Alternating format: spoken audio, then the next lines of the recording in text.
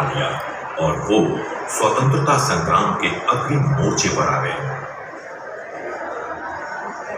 गांधी जी का 1942 में भारत छोड़ो आंदोलन का आह्वान पूरे देश में गुंजायमान हो रहा था और इससे स्वतंत्रता संग्राम में एक नया आवेग उत्पन्न हो गया। ब्रिटिश सरकार ने गांधी जी, सरदार पटेल और अन्य प्रमुख नेताओं को गिरफ्तार कर जेल में डाल दिया। स्वतंत्रता आंदोलन के दौरान स्वयं सरदार पटेल 6 बार जेल गए थे। 15 जून 1945 को उनके जेल से बाहर निकलने के बाद द्वितीय विश्व युद्ध की पृष्ठभूमि के कारण ब्रिटिश साम्राज्य को भारतीय सैनिकों की सहायता लेने के लिए मजबूर होना पड़ा था, जिससे एक समझौता हुआ जिसने भारत पर उनकी पकड़ को कमजोर किया और स्वतंत्रता के लिए रास्ता साफ होने लगा। भले ही ब्रिटिश भारतीय जमीन से चले जाने को थे, लेकिन एक नया कमांडर तैयार हो रहा था।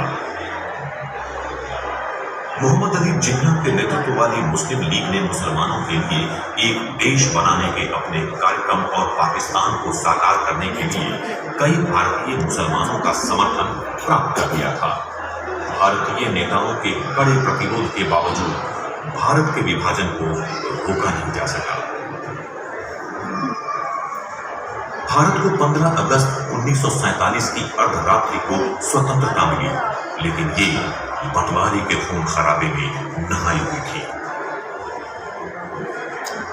सरदार को भारत का पहला उप प्रधानमंत्री और गृहमंत्री चुना गया और साथ ही उन्हें सूचना और प्रसारण का अतिरिक्त कार्यभार भी सौंपा गया।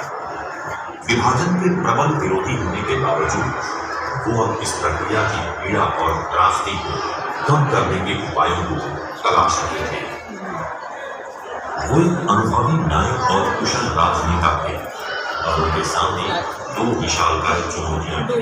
पहला, सांप्रदायिक हिंसा को नियंत्रित करना, जो विभाजन के कारण काबू से बाहर हो चुकी थी। लोगों की भीड़ को नियंत्रित और शांत करना और अन्न, आश्रय और शरणार्थियों के सुरक्षित परिवहन की व्यवस्था करना। दूसरा, भारतीय संघ में 550 से अधिक रजवाड़ों के विलय को सुनिश्चित करना। दृढ़ इच्छा शक्ति और दूरदृष्टि का प्रयोग करके उन्होंने राजकुमारों को भारतीय संप्रभुता में शामिल होने के लिए समझाया।